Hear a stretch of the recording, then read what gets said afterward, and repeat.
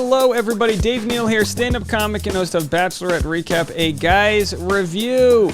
In this video, I'm going to play for you a clip from my conversation with Justin Adams, the creator of Justin Takes the Batch Instagram page and podcast. Justin and I have become good friends as we talk to each other across the country, from Los Angeles to New York, about our passion for Bachelorette. You're going to love this conversation. To listen to the full interview that I did on Justin's podcast, go to Justin Takes a Batch anywhere you listen to podcasts, iTunes, wherever the case may be. I'll put a link in the description, and on Instagram at Justin Takes the Batch. Again, this is just like a 12-minute video, and you want to check out the full 90-minute conversation. It's a ton of fun. Have a listen while you're getting your chores done. In the meantime, enjoy my chat with Justin. Speaking of sexy times, then they're in the hot tub, like, wow, the chemistry, it's so good. Like, there's a moment where, like, Blake is either whispering in her ear or licking her ear. It's hard to say because her head was in the way, but I was like,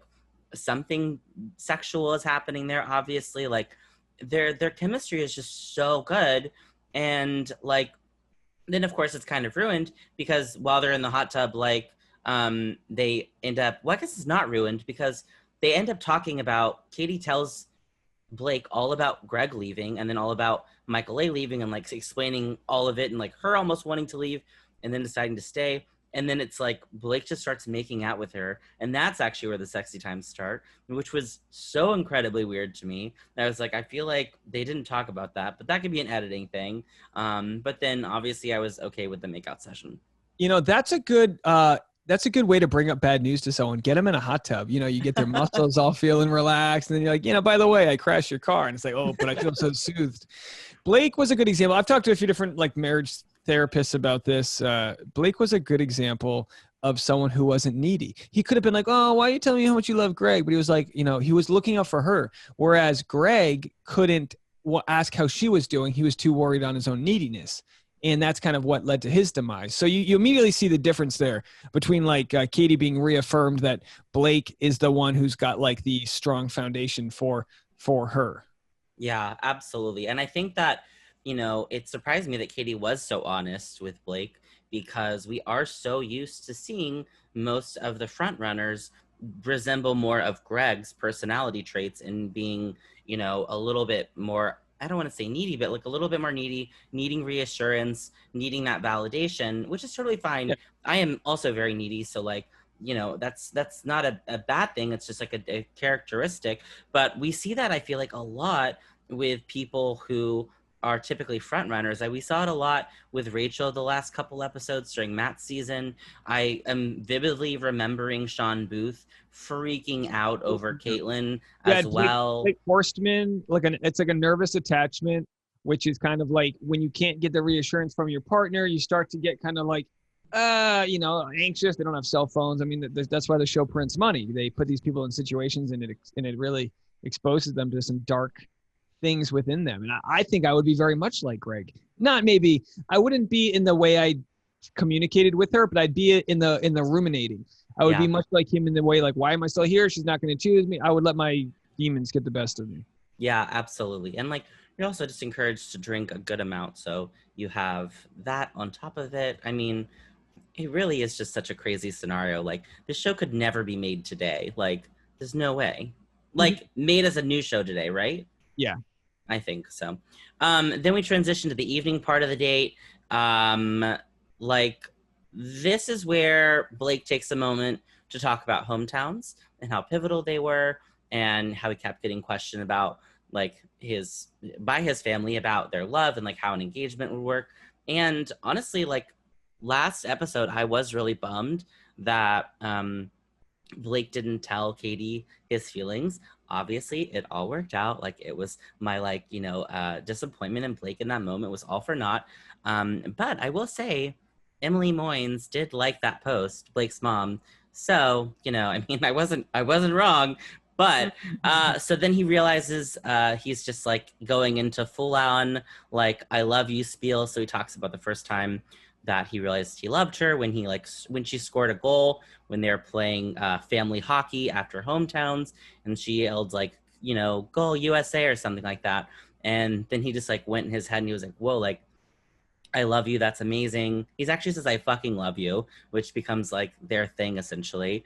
And it's just like, it's just such a really cute moment. It definitely got me in my feels, and it definitely showed a lot of growth from Blake, which was really exciting. And then obviously her reaction is like, you know, night and day from Greg. She basically says some platitudes, and then she's like, you know, I am definitely, I know I'm stubborn, I can be stubborn, but like, I fucking love you too. And then they make out. And like, that is their like, I love you scene, which, you know. That was fun. Yeah, that was a fun moment. That was like, all right, we're here. We're here, guys. We made it. This is it.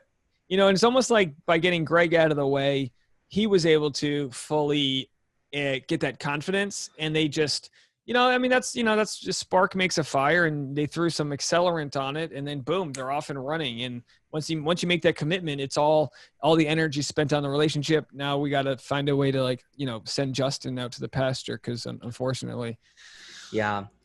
I mean, this was the most surprising thing of the episode, actually, is like how quickly they did say I love you, because I thought it would obviously happen later, and then it didn't. And frankly, I was a little bit bummed that we didn't see Justin shirtless in bed, but you know, can't always get what you want. So, I mean, there's a lot of talk about, oh, well, Katie broke her rule. She like didn't wait till the end.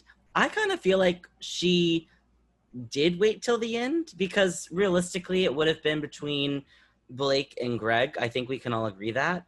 And so, like, yes, Justin was there, and they probably should have had his one-on-one first. But like, I feel like because Greg wasn't there, she was in a place to be like, okay, I love you. And then she did the right thing by obviously sending Justin home. So I kind of felt like she didn't break her own rule, but I know a lot of people are disagreeing with me. What are your thoughts? So we're so stupid collectively, Bachelor Nation.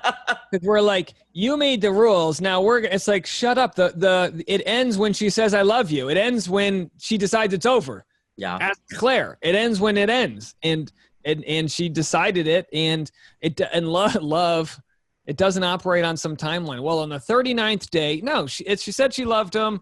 Now Justin's virtually gone. She has to get rid of him, but in her minds, he's gone, and that's it. Show's over.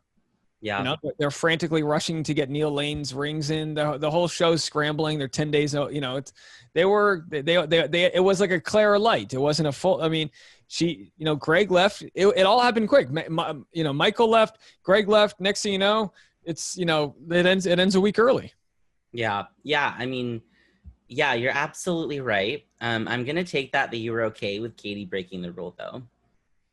yeah. I mean, it's like, what do you like?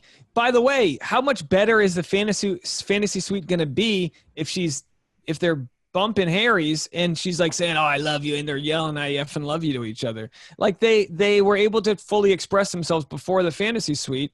Then it made that even better, and like I said, it's the accelerant on their relationship right there. Yeah, no, totally. I'm just But of course, if she didn't send Justin home, that would have been bad. If she kept him around for one more good old, whatever, that would have been rough. But right. She knew what she had to do. I'm sure she wanted to, you look at this as like every Bachelor and Bachelorette, you would love to be able to test out all the produce, but like, absolutely. Social consequences to that. There was the theory from Nick Viall too that she just brought Justin to sleep with him, which is totally fair. I mean, but it would have been horrible in this circumstance, which is again why I'm like, Justin should have been first. But neither here nor there. So yeah, they do go to the fantasy suites. They feed each other. They get in bed. This was really fucking hot. Like, Blake is on top of her. There's like some light choking happening, which I was like, okay, like I'm absolutely so turned on by this. Like, yes, light choking, and Katie was obviously very into it, and like it just happened so naturally, and I was just like, wow, okay, like let's go. My fiance started smoking a cigarette. I'm like, you don't even smoke. What are we doing over here? She was like, we were just watching it. We were watching that like, whoa, like it was sexy. It was hot. They knew what each other wanted, and she was like, before they even left, because the cameras are like slowly leaving the room, And they're not bothering to check if the cameras have left or not. They're just going at it. And it's like, don't leave the room. Maybe just stay there for another minute. But, it's so funny that it's some on network TV, Disney, it's basically Disney Channel. And they have to be like, forego the fantasy. And then the next thing they're choking each other. He's got maple syrup. And it's like, what's going on? What's going on? But I'm all there for it. I mean, I think after 10 o'clock or 9 o'clock at night, it should be, let's relax some of these guidelines here. We're all adults. You know what I mean? Yeah, totally. I mean, I can't even imagine a child watching this show. I mean, I know that it happens, but that blows my mind. I'm like, what? I would never let my child watch this show. It's so true how normalized the show is to us. But I do remember when the show came out being like, you mean they fall in love that fast? And then they're kind of banging on national TV. And it's like, all right, they're not banging on national TV, but it's implied. We know what's going on. But then, the show, it's so in the mainstream world that it's nothing more than like sort of an awkward moment. They show the sprinklers going off and we're supposed to understand what that means. They got the windmill going. There's sustainable energy. It's like, what? There's just like one innuendo after another. And it's like, all right, I guess they had a good time. Yeah, I hope that there's someone listening who's going like, wait, what about a sprinkler? What about a sprinkler popping up and then spraying water? So you'll see it. You'll know. You'll know. So yeah, then we see them the next morning.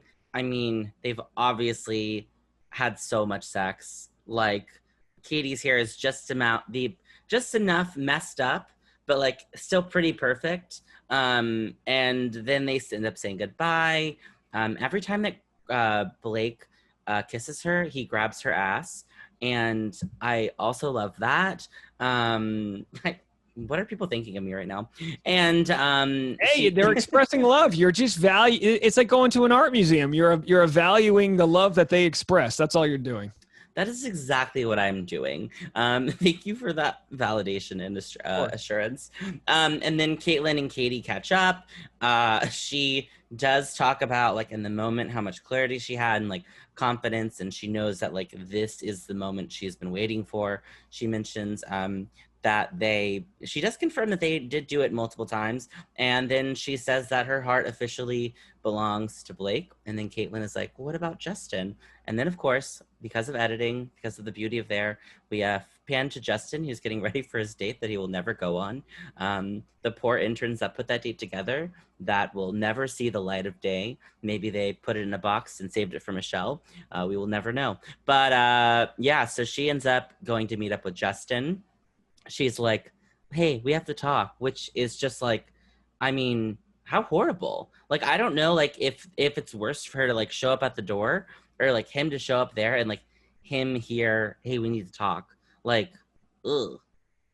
That's why I always said, like, it would be better if, like, the second they make eyes, if you just go, not going to happen. This is not going to be good. Just letting them know. But not to rewind, but I did want to ask you, what did you think of Katie explaining that she had multiple good times to Caitlin Bristow? And Caitlin kind of like fangirled. I just loved that moment where like Caitlin was like, yeah, like I don't think Chris Harrison couldn't have been like, yeah, Katie, get it. But like Caitlin was, you have that extra kind of girlfriend energy. All right. Thank you so much for watching. I hope you enjoyed my chat with Justin. Again, go to @JustinTakesTheBatch to support him on Instagram. Give him a good follow. And also Justin Takes the Batch, the podcast. You can listen to that full episode now. All right, folks, we'll talk to you later. Bye now.